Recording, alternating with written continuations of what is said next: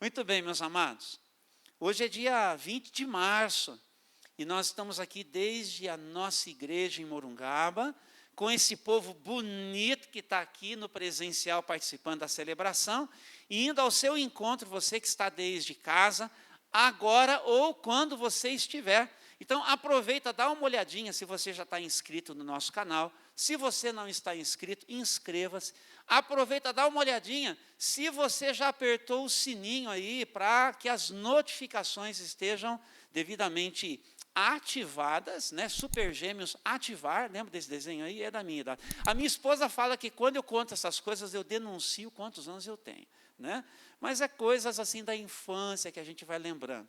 E também, não é? Já coloca aí o seu joinha, curtindo toda vez que você passar pelo canal, deixa o seu joinha para a gente dizer lá para o tal do YouTube que o que a gente está fazendo aqui é relevante e que isso vai abençoar outras vidas no tempo. Tá bom? Então, hoje nós vamos abrir as nossas Bíblias no primeiro livro, livro do Gênesis, e nós vamos para o capítulo de número 38. E eu vou ler um pouquinho mais para conseguir ser sucinto naquilo que eu preciso dizer, já que nós estamos com o nosso tempo extremamente apertado, por conta de todo o momento gostoso que nós já tivemos como igreja, necessário, mas tenho aqui o desafio agora. Vamos juntos. Gênesis capítulo 38. Tá bom? Vamos ficar um pouquinho de pé, porque depois vocês vão passar o restante do tempo sentadinhos. Já faz um tempinho que sentadinhos estavam. Quem puder, quem não puder, permaneça sentado. Vamos ler aqui esse capítulo 38, para ter contato com essa história aqui. Tá? Perceba que história que nós vamos ler agora, Marco. Diz assim, olha, 38 do Gênesis. Por essa época, Judá saiu de casa e se mudou para Adulão, onde foi morar na casa de um homem chamado Ira. Ali, Judá viu uma mulher cananita, filha de Suá, e se casou com ela. Teve relações com a mulher e ela engravidou e deu à luz um filho que ele chamou de Er. Ele engravidou novamente e deu à luz outro filho que ele chamou de Onã. Quando estavam morando em Quezibe, ela deu à luz o terceiro filho e o chamou de Selá. No devido tempo, Judá arranjou o casamento de Er, seu filho mais velho, com uma moça chamada Tamar. Mas Er era um homem perverso aos olhos do Senhor e por isso o Senhor lhe tirou a vida. Então Judá disse a Onã, irmão de Er, case-se com Tamar, como é exigido para com a viúva do irmão.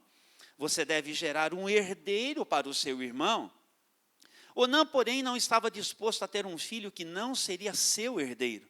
Por isso, cada vez que tinha relações com a mulher de seu irmão, derramava o sêmen no chão. Desse modo, evitava que Tamar tivesse um filho que pertenceria ao irmão dele. O Senhor, porém, considerou maldade a sua atitude, por isso também tirou a vida de Onã.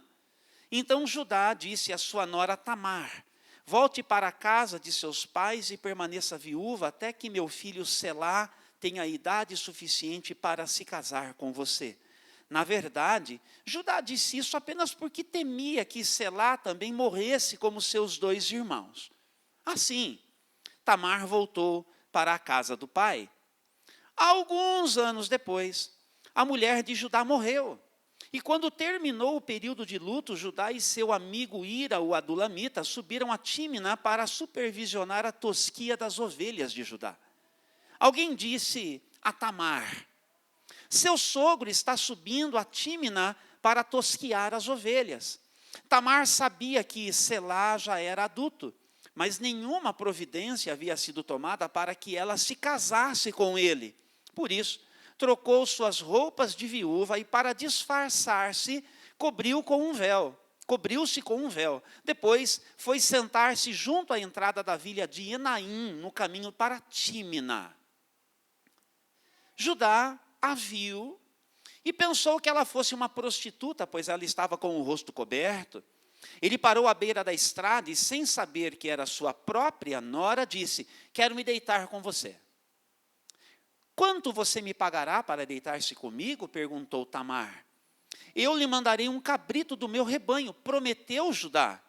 Mas o que me dá como garantia de que mandará o cabrito? Perguntou ela. Que tipo de garantia você quer? Replicou ele. Ela disse, deixe comigo o seu selo pessoal, junto com o cordão dele e o cajado que você está segurando. Judá entregou os objetos.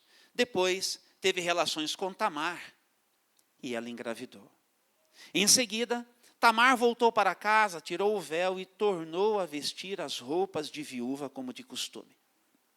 Mais tarde, Judá pediu que seu amigo Ira, o adulamita, levasse o cabrito para a mulher e pegasse de volta as coisas que ele havia deixado como garantia. Ira, porém, não conseguiu encontrá-la. Perguntou aos homens que moravam lá onde posso encontrar a prostituta do templo que estava sentada junto à entrada de Enaim. Aqui nunca houve uma prostituta do templo, responderam eles. Então Ira voltou para onde Judá estava e lhe disse, não consegui encontrá-la em lugar algum, e os homens da vila disseram que lá nunca houve uma prostituta do templo. Que ela fique com as minhas coisas, disse Judá. Mandei o cabrito como tínhamos combinado, mas você não a encontrou. Se voltássemos para procurá-la, o povo da vila zombaria de nós. Uns 3 meses depois, disseram a Judá, sua nora Tamar se comportou como prostituta e por isso ela está grávida.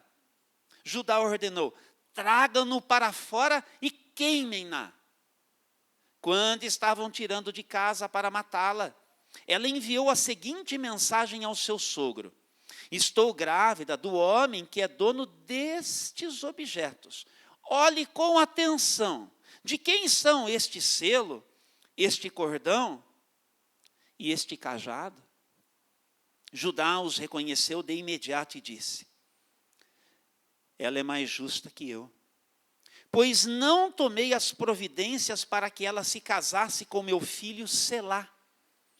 E Judá nunca mais teve relações com Tamar. Quando chegou a época de Tamar dar à luz, descobriu que teria gêmeos.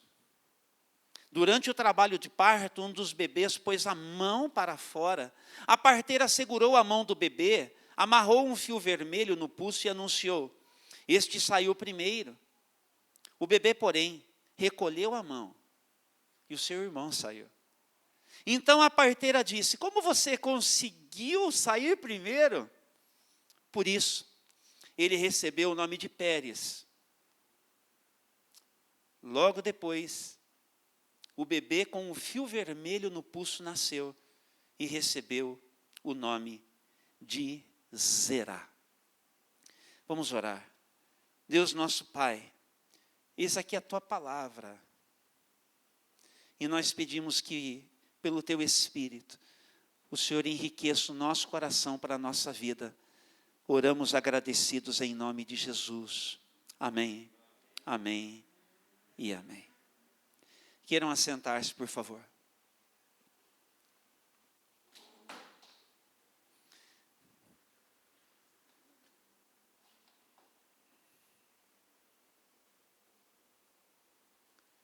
Este mês de março é o mês em que nós comemoramos o Dia Internacional da Mulher.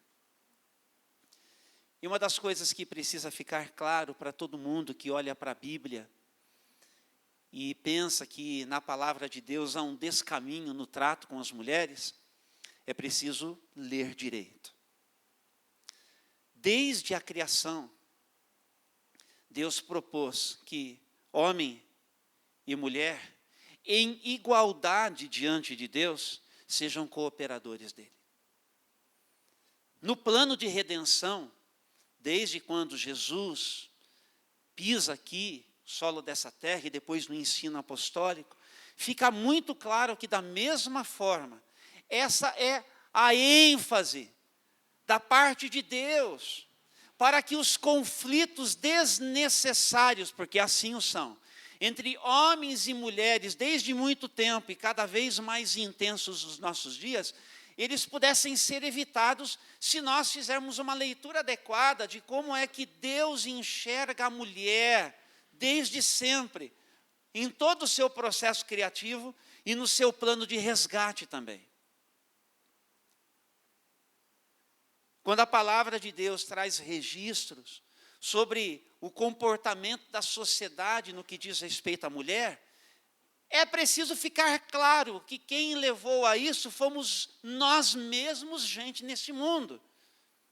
Na medida em que nós tomamos o controle das coisas nas nossas mãos, momento em que a palavra de Deus diz, o pecado entrou, e nós dissemos assim, dá licença, Senhor, deixa aqui que nós damos conta do recado. Nós transformamos a nossa sociedade no tipo de sociedade que faz com que a mulher ela seja menos do que Deus de fato propôs e deseja que ela seja, tanto quanto o homem, uma cooperadora dele para os seus propósitos eternos e que vão se desencadeando todo dia na história de todos nós. Então não se esqueça disso. E aqui está uma história dramática. E está posta intencionalmente, eu diria assim, no lugar-chave das Escrituras Sagradas. Por quê? Porque dos capítulos 37 a 50 do livro do Gênesis, nós vamos ter a história de José. A história de José é aquela história que a gente prefere contar para as crianças ali onde elas estão. Não é? Contar lá da ciumeira dos irmãos em relação aos problemas da paternidade de Jacó, e como José ficou firme nos caminhos do Senhor, apesar das tentações, e como Deus o levou a ser o primeiro-ministro do faraó, e como tudo terminou bom. Olha que história boa para contar para as crianças. Mas mal começou a história de José, capítulo 37, vem a história de Judá, sogro de Tamar, que dorme com a nora. E se não bastasse ela engravidar de um, vieram dois. Como é que a gente conta isso para a criança? Aliás, como é que a gente lida com isso entre nós? Fala sério. Mas a Bíblia, ela é de uma lucidez, porque intencionalmente esse capítulo está aqui para falar com a gente, hoje. E para falar com quem quiser dar ouvidos à voz de Deus no tempo, a qualquer tempo. E para mostrar que Deus, sim, enxerga a mulher. E que Deus, sim, interfere na história de todos nós, como somente Ele pode interferir. Para dar norte e para continuar dizendo assim, ei, quem está no comando aqui sou eu. Vocês fazem a bagunça aí, mas eu entro com a minha mão para pôr ordem e para estabelecer os meus propósitos que vão se cumprir cabalmente em toda a história de vocês, em favor de vocês. Então aqui está uma história complicadíssima. A gente já leu para não ter que ficar contando de novo, mas você já entendeu. O Judá, ele é filho de Jacó. Nós estamos aqui no cenário em que você tem ali os 12. Do primeiro ao último Benjamim. E você tem Judá. O Judá, ele faz uma coisa. Ele vai se casar com uma mulher cananita. Ou seja, da terra de Canaã. Ou seja, de uma terra onde tinham uns povos que tinham uns costumes diferentes daquele povo que está sendo gerado desde Abraão, que passa por Isaque, que passa por Jacó, de quem Judá é filho. O problema não é de etnia, de casar com quem quer que seja, de qual país seja.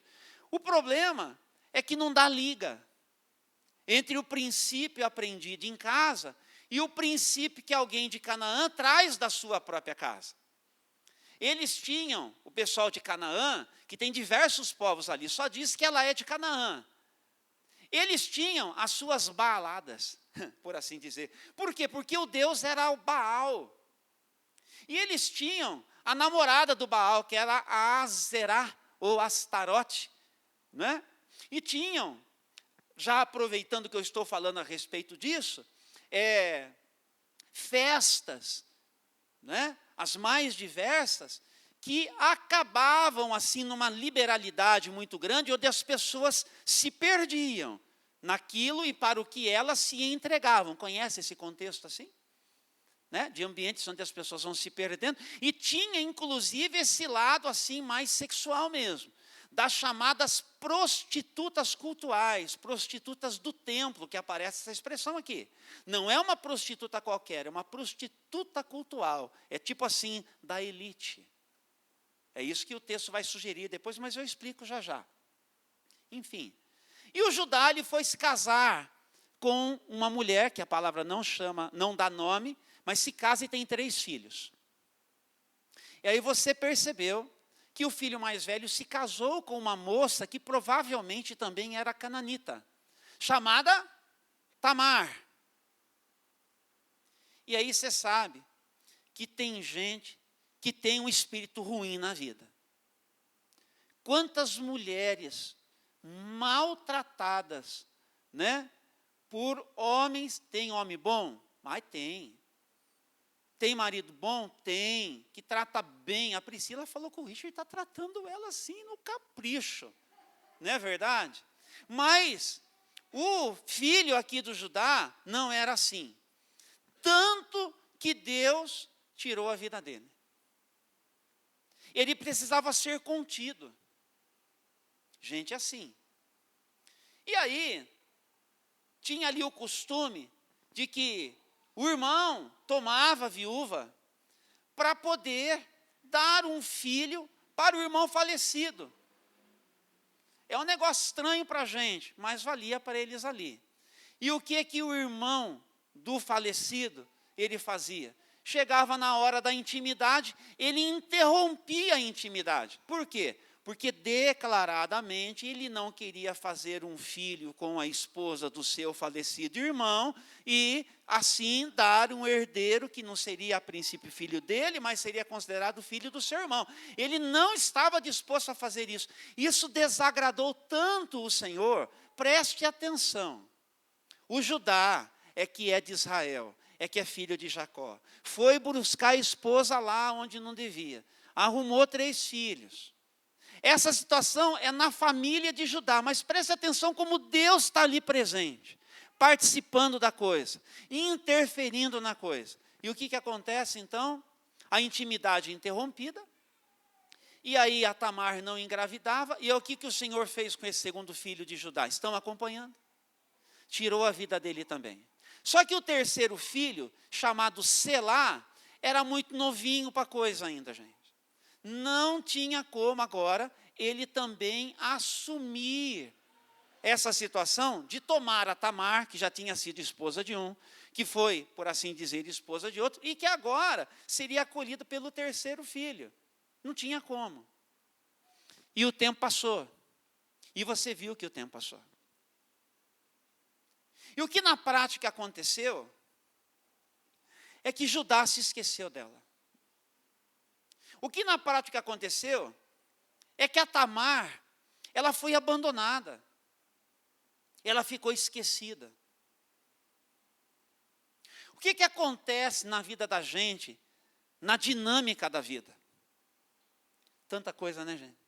Qual que é a sua história? Qual que é a sua história? A sua. A sua, você que está em casa, você que está ouvindo em algum momento. Qual foi o drama? Qual foi a realidade que você passou, a realidade que você viveu?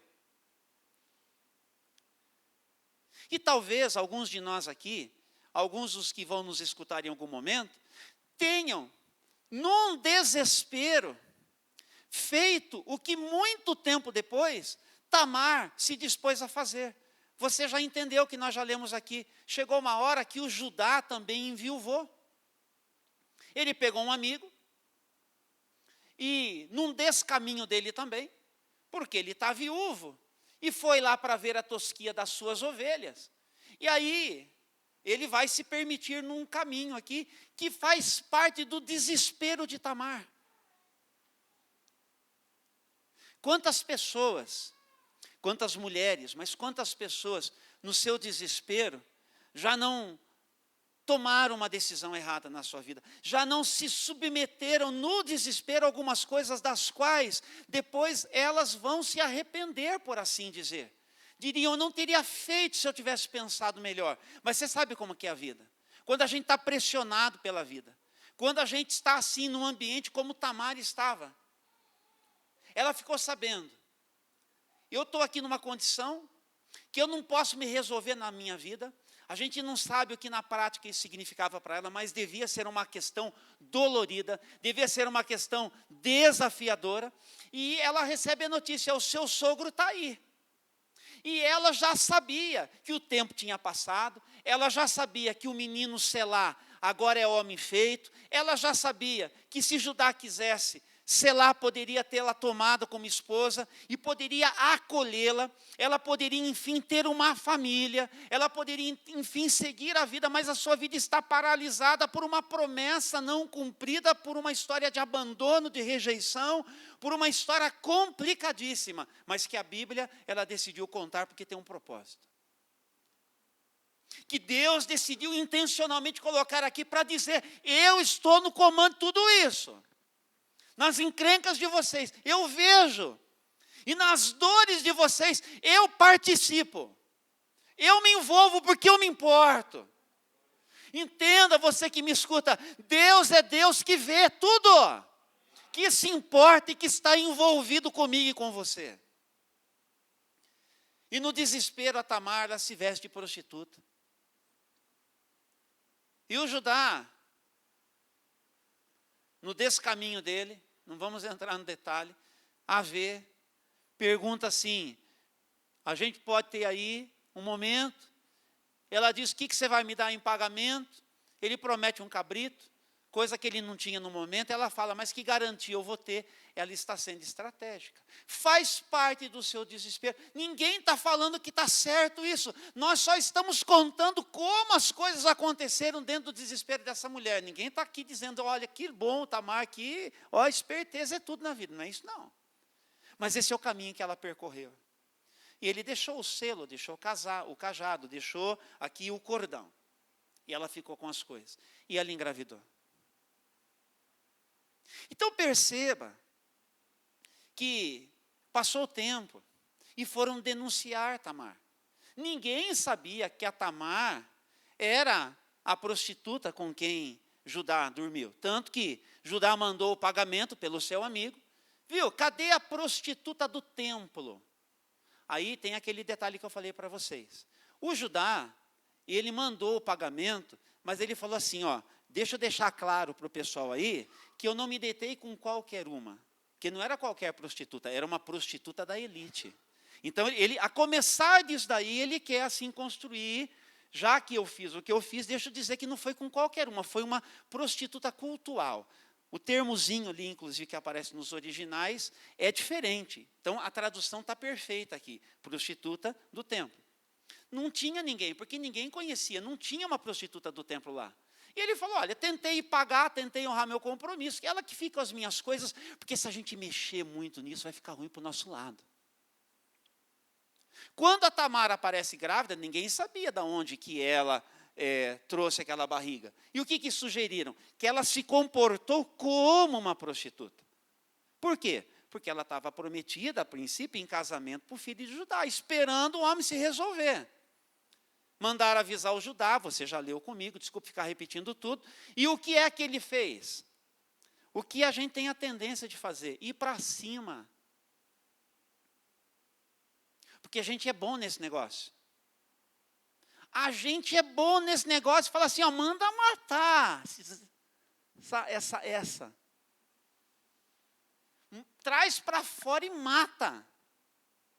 Traz para fora e mata. A gente tem que prestar atenção na maneira das reações da gente. Por quê? Porque a Tamar não poderia ter percorrido um caminho como esse, mas ele já se esqueceu também do descaminho que ele percorreu, a despeito dele não saber o que tinha acontecido com Tamar. Percebe como nós somos bons em pegar no pé das pessoas e nós nos esquecemos facilmente das coisas que nós mesmos somos capazes de fazer? Percebe como a gente é do conflito? Como a gente, assim, o povo, né, a gente gosta de uma briga, a gente gosta de um barraco, a gente gosta de um conflito, conflitos desnecessários. E essa impetuosidade manda matar. E aí, gente, nós chegamos aqui ao ponto onde é o importante do texto, de tudo que eu gostaria de falar, estou tentando abreviar aqui. Eu acho que eu vou conseguir.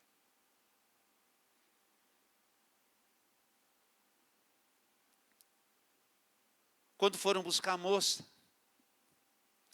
ela disse assim, viu? Manda ele dar uma olhadinha no perfil do Instagram, do Facebook, que é o perfil do pai leva para ele o RG, pergunta para ele para ver se ele conhece quem é. Quando chega para ajudar, e ele se dá conta, chega para ele o selo, o cordão, o cajado, e ele se dá conta,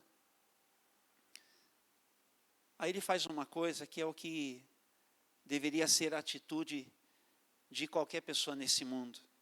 E Deus fala para que a gente aprenda com a palavra.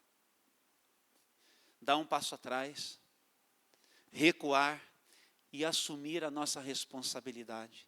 E em arrependimento confessarmos a nossa culpa.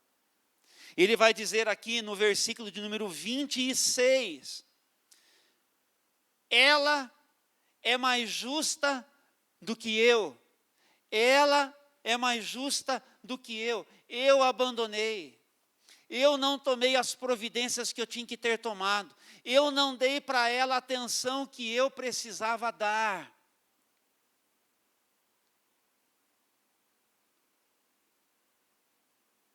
Ah, se nós aprendêssemos isso. Sabe o que muda o mundo de alguém que está mais perto da gente? Essa prática nossa, da gente dar um passo atrás e a gente assumir a nossa parte, assumir a nossa culpa, assumir a nossa responsabilidade. Assumir que nós sim estamos sempre dando causa para muita coisa ruim que acontece no nosso meio, dentro da nossa casa, na nossa família, no nosso trabalho, na nossa sociedade. Isso se chama arrependimento. Isso é a graça de Deus operando na vida de Judá. Porque Deus tem um plano maior, entenda? Quando Deus tem um plano, nem as nossas bobagens podem atrapalhar o que Deus quer fazer, mas Deus vai interferir, e se nós estivermos atentos e dispostos a dar esse passo atrás, como Judá deu, Deus vai entrar com tudo e vai glorificar o nome dEle. E eu vou te mostrar como. Ela é mais justa do que eu, mais justa do que eu. Retratação. Retratação. Nós precisamos ser o povo da retratação. E aí então você já percebeu que não era uma gravidez qualquer, eram gêmeos. Tinha 2 crianças ali. Chegou a hora do parto. Uma das crianças põe a mãozinha para fora, interessante. Coloca até um cordãozinho na mãozinha. Mas recolheu. Nasceu outro. Tem uma sugestão aqui, assim, uma sutileza. Uma sutileza. Na ideia que assim, ó, não é pela força humana. Não é pela iniciativa nossa, mas é pelo plano e projeto de Deus. A criança recolhe. E aí nasce o outro primeiro. E a gente já percebeu que essas crianças recebem o nome de Pérez e Zerá. Só para dizer o seguinte, porque quem nasceu primeiro foi este que recebeu o nome de Pérez. Este carrega consigo aquilo que é da parte de Deus e que passa por Judá, e passa por Judá em favor de todos nós. Aqui Deus está falando sobre a maneira como Ele interfere, como Ele viu o que foi que Judá foi fazer na terra dos cananitas, casando-se lá, tendo 3 filhos, e tomando uma outra moça cananita, uma outra moça que não era da sua família, uma moça de fora, mas para Deus dizer, eu vi, eu enxerguei essa moça, eu vi o que foi feito com ela. E agora então, Tamar, a nora de Judá, dá para Judá, filho de Jacó, um filho chamado Pérez.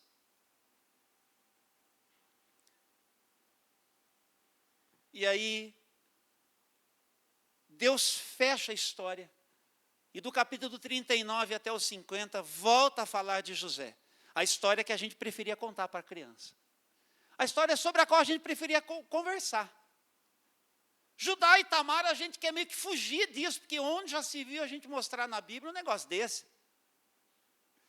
Mas daí o tempo passa. O Jacó, naquele tempo de fome, nos dias de José, vem morar no Egito. E passa o tempo um pouco mais. E Jacó vai morrer. Aí ele chama a turma. Chama os filhos, que agora estão já em segurança no Egito, porque o José está lá, plano de Deus. Os irmãos que venderam José agora estão protegidos por intermédio do irmão que foi vendido. E aí então o Jacó vai dar a bênção para os filhos, coisa de pai. E coisa que é muito significativa nas Escrituras. E no capítulo 49 do Gênesis, versículo de número 9, Jacó vai proferir esta bênção sobre o Judá, que foi lá em Canaã, casar lá com a cananita. Sobre o Judá, que quando a esposa morreu, foi se prostituir com alguém que ele encontrou. Sobre o Judá, que quando recebeu a notícia, queria mandar matar. Mas sobre o Judá, que deu um passo atrás, e que tem uma declaração que é chave nessa história toda, ela é mais justa do que eu. De uma abertura de mente e de consciência que só a graça de Deus para fazer. Porque quando Deus tem um plano, é assim que acontece. Sobre este Judá, diz a palavra do Senhor, bênção de Jacó para Judá. Judá, meu filho, é um leão novo que acabou de comer sua presa. Como o leão, ele se agacha e como a leoa se deita. Quem tem coragem de acordá-lo? Preste atenção nisso agora. O cetro não se afastará de Judá, nem o bastão de autoridade de seus descendentes, até que venha aquele a quem pertence, aquele que todas as nações honrarão. Por isso que Jesus, ele é o leão da tribo de Judá. Você consegue entender isso? E Pérez, o filho do sogro com a nora. Numa história dessas que a gente fala assim, mas como que pode cabeça? Aí a história segue. E chega um tempo que entra uma outra mulher. Lembra-se, Deus não está com os olhos fechados para o feminino. A mulher é protagonista no plano do divino. Protagonista, tanto quanto o homem. Nem mais para um, nem mais para outro. Ambos, no palco da vida, em igualdade, nas mãos de Deus. Aí passa o tempo. E aí entra em cena uma outra mulher, que também é de fora, chama Ruth. Aí você sabe, a Ruth se casa com um dos filhos de Noemi. E o negócio dá ruim. E aí elas voltam para a terra de Noemi. E aí lá na terra de Noemi, a Ruth que decidiu olhar para o Deus de Noemi e que decidiu se apegar ao Deus de Noemi, que é o Deus de Judá. Se agarra no Deus de... E aí então ela vai encontrar um marido chamado Boaz. Mas tem uma pergunta que fica, será que vai dar certo essa história, pastora Nélida? Será que agora a moabita Ruth, que vai se casar com o Boaz, Será que vai dar certo essa história? Daí a gente vai para Ruth. Daí quando a gente chega lá na história de Ruth, no capítulo de número 4 de Ruth, a gente vai encontrar o seguinte: as autoridades da cidade, versículo de número 11, preste atenção nisso agora. As autoridades, 4:11 de Ruth, as autoridades da cidade, todo o povo que estava na porta responderam. Responderam a quê? Quando Boaz disse: eu vou tomar essa moça moabita como minha esposa. Responderam: somos testemunhas. Preste atenção nisso.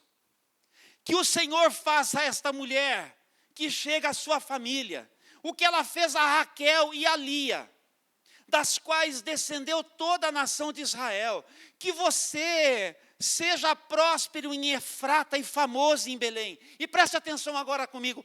Que o Senhor lhe dê com esta jovem uma descendência numerosa, como a de nosso antepassado Pérez, filho de Tamar e de Judá. Se isso não é Deus, o que é, meu querido? Eles poderiam buscar qualquer outra referência. Poderiam buscar qualquer outra referência. Mas estão dizendo: Pérez, filho de Judá e filho de Tamar. Sabe a sua história que você diz, desgraçada? Ela tem tudo para ser agraciada pelo Deus eterno. Pelo Deus que vê. E vê tudo. E não deixa passar nada. E assim, quando continua o texto, preste atenção comigo, no capítulo 4 ainda, versículo de número 18. Olha onde, na sutileza, o Espírito Santo decide trabalhar e deixar esse registro para a gente. 2 vezes aqui, portanto. Esta é a genealogia de Pérez. Olha por onde começa. Olha por onde começa.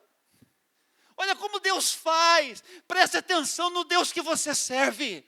Preste atenção no Deus de quem, na presença de quem você está. Preste atenção no que está acontecendo hoje de manhã aqui. Preste atenção no que Deus está falando com você.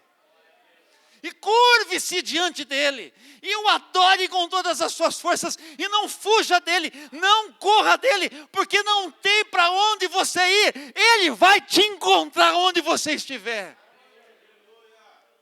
Ele é o Deus que do caos levanta a descendência do Senhor Jesus. Esta é a genealogia de Pérez, versículo de número 18. Pérez gerou Esrom, Esrom gerou Rão, Rão gerou Aminadab, Aminadab gerou Naasson, Naasson gerou Salmão, Salmão gerou Boaz, Boaz gerou Obed, Obed gerou Jessé, e Jessé gerou Davi. Da onde vem o Senhor Jesus? Da onde vem o Senhor Jesus? E aí a gente termina indo para Mateus. E lá em Mateus,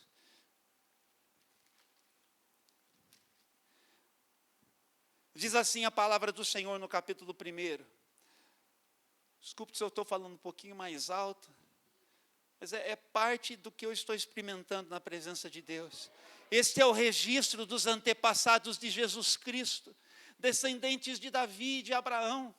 Abraão gerou Isaque, Isaque gerou Jacó, Jacó gerou Judá e seus irmãos. Preste atenção. Judá gerou Pérez e Zerá, cuja mãe foi Tamar. E de onde que continua a genealogia de Jesus? Pérez gerou Esrom, e assim vai. Pérez, Pérez, Pérez. É para dizer para a gente que nós estamos todos em pé de igualdade. Que os conflitos entre nós, eles são desnecessários, absolutamente desnecessários. Que tanto quanto o masculino, tanto quanto o homem, o feminino, a mulher é sim protagonista no plano do divino, no plano divino. É sim. e de que nós precisamos entender hoje pela manhã, seja qual for a sua história seja qual for, ela quer ser uma história onde a graça de Deus vai se manifestar, onde a graça de Deus vai operar, onde a graça de Deus, Ele sempre vai te alcançar. Porque foi o que viram, quando olharam para Boaz e para Ruth. Se Deus fez o que fez, tendo acontecido entre Judá e Tamar o que aconteceu, Deus vai se manifestar de novo na sua vida, Boaz. Deus vai se manifestar de novo na sua vida, Ruth. Se Deus fez o que fez lá, Deus pode fazer também aqui. Deus pode fazer também aí. Deus é Deus que está no controle de todas as coisas. E eu queria te convidar para que hoje você colocasse a sua história na presença de Deus. Para que hoje você coloque o seu coração na presença de Deus. Hoje nós já cantamos aqui, que o Senhor está aqui curando, que o Senhor está aqui restaurando, que o Senhor está aqui se movendo entre nós. Então, se você crê, não deixe passar essa oportunidade.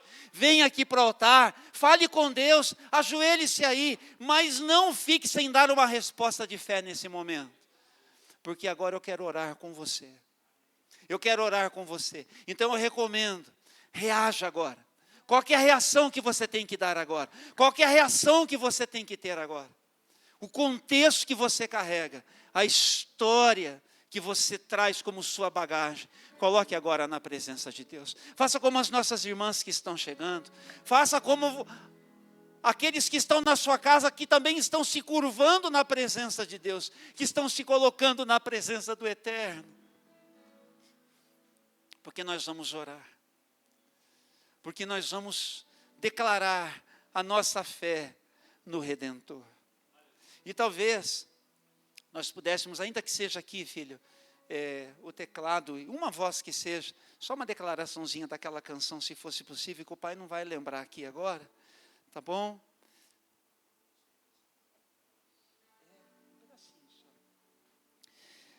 Então nós vamos orar, e nós vamos terminar fazendo uma pequena declaração, para encerrar a nossa celebração aqui.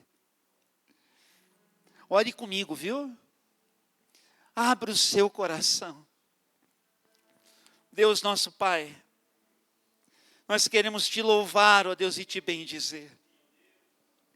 Por essas histórias tão complicadas, histórias de verdade, que retratam a verdade da história de tanta gente, Senhor, que Tu tens chamado na vida, de tantas dores envolvidas, de tantas lágrimas derramadas, de tanta desesperança, de tanta frustração, quanto abandono, quanta rejeição, quantas decisões que na vida foram tomadas e que em nada ajudaram, quantos descaminhos percorridos, quanta coisa aconteceu na vida de tanta gente, entre essas pessoas as que estão aqui, entre essas pessoas as que estão em casa, mas nós ouvimos, Senhor, a Tua palavra, e nós estamos aqui declarando, porque o Senhor é Deus, a esperança para o nosso futuro. Porque o Senhor é Deus, em meio ao caos que nós geramos, o Senhor traz ordem.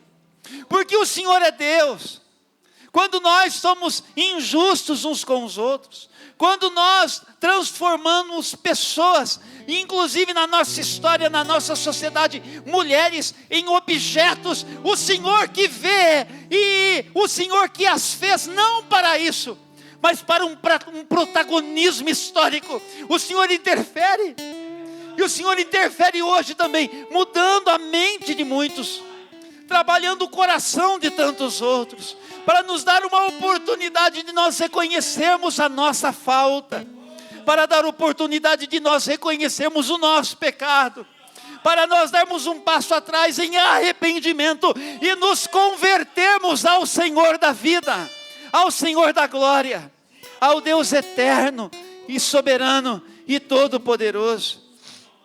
Hoje pela manhã, Senhor, abençoa o Teu povo.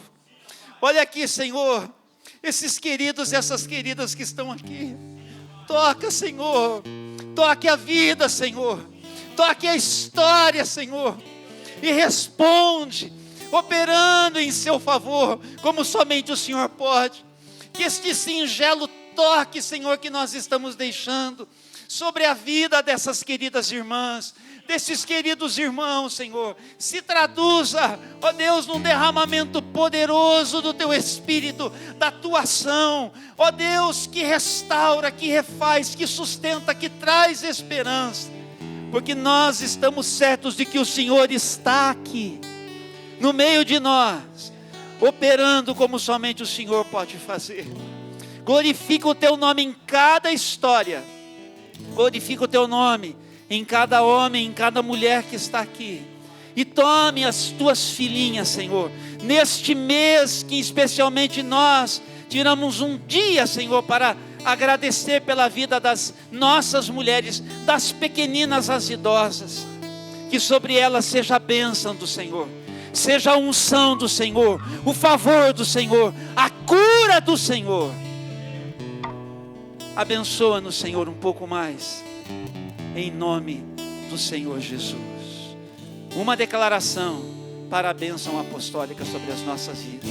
Vamos ficar de Minha pé. alma engrandece ao Senhor, meu espírito se alegra em Deus, meu Salvador, pois com poder tem feito grandes coisas e com misericórdia demonstrado amor. Santo, Santo, Santo és, Senhor. Santo, Santo, Santo és, Senhor. E Ele tem enchido as nossas lâmpadas, tem enchido nossas lâmpadas com o óleo do Espírito, tem feito sua vide florescer, tem enchido com o óleo do Espírito, tem feito sua vide florescer. Declare em alta voz: Santo, Santo, Santo és, Senhor. Santo, Santo, Santo és, Senhor. Vamos aplaudir o nome daquele que vive e reina eternamente. Aleluia. Abra suas mãos, por favor. Que a graça do nosso Senhor e Salvador Jesus Cristo, e que o amor de Deus, o nosso Pai, e que as benditas consolações do Santo Espírito sejam sobre a sua vida hoje e para todos sempre. Amém, amém e amém. Vão na paz.